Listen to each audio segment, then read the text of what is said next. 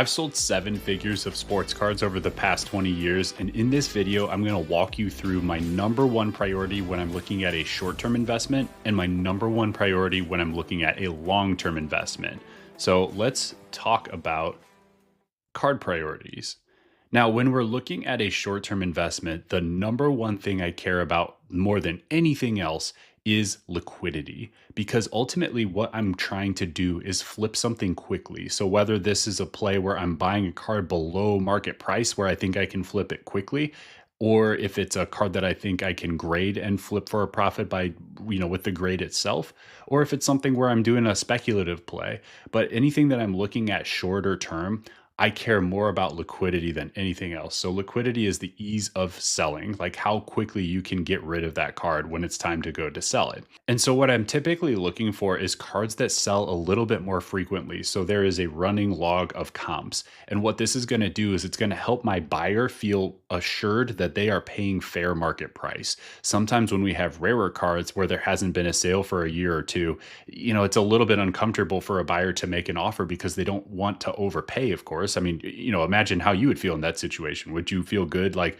blindly offering on a card that hasn't sold for 24 months and, trying to kind of guess as to where the value might be today? It's uncomfortable, right? Because you got to be really sharp to really nail the value there when there haven't been sales.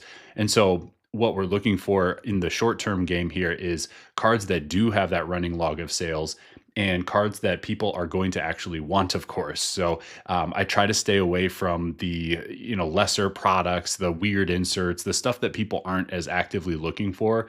I typically want to stay in products that are more mainstream. So for football, like Prism is a good one. You see a couple of examples here of CJ Stroud cards, but like a silver Prism, there's plenty of liquidity. There's plenty of sales.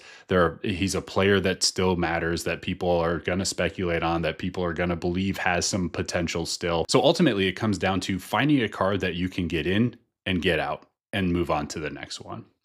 Now, long-term investing is a little bit different because what I'm looking for here is it's almost the exact opposite. I don't care about liquidity because I don't actually have to move that card for a long time. So I can take my sweet time. I can list that thing with a super high buy it now and just wait for offers, or I can just put it away for a long time and bust it out in the future and see if I can get a good offer that way. But the thing that I'm looking for long-term investing is rarity. That is the number one priority I have here.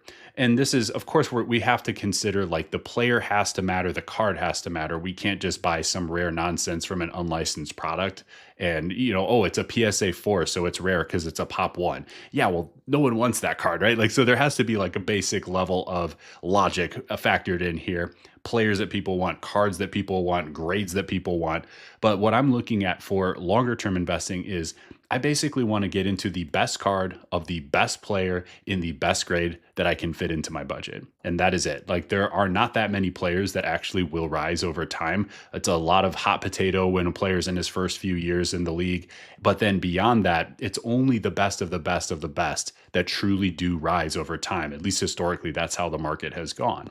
And so for me, I'm looking at how do I get into a rare card where I'm going to have a ton of influence over the value when I go to sell it. So for example, if I can pick up a card like this CJ Stroud Gold Prism, there are only 10 of these. This is a variation gold, so it's not his flagship one. It's going to be a slightly less desirable card than the primary design here that you see on the left.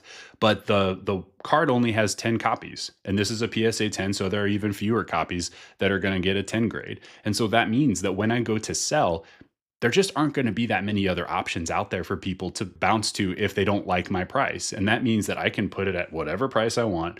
It's not that I can make someone pay that price, but I can influence the price to go higher than what market price, like maybe otherwise should be, so to speak.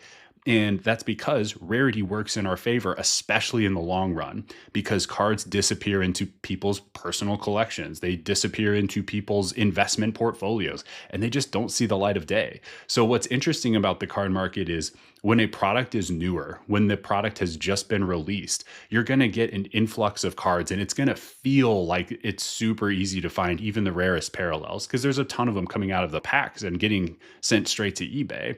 And so even a card that's numbered out of 10, a card that's numbered out of 49 or 99, you might see a bunch of copies. You might see half the print run of those within the first 3 to 6 months of the product being released because half of the product is going to be opened during that time.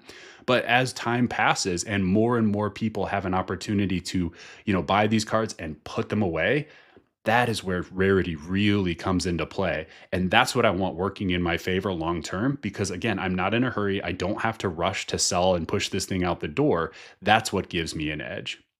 If you get value from this type of sports card content, don't forget to take 3 seconds to like and subscribe. We'll see you on the next one.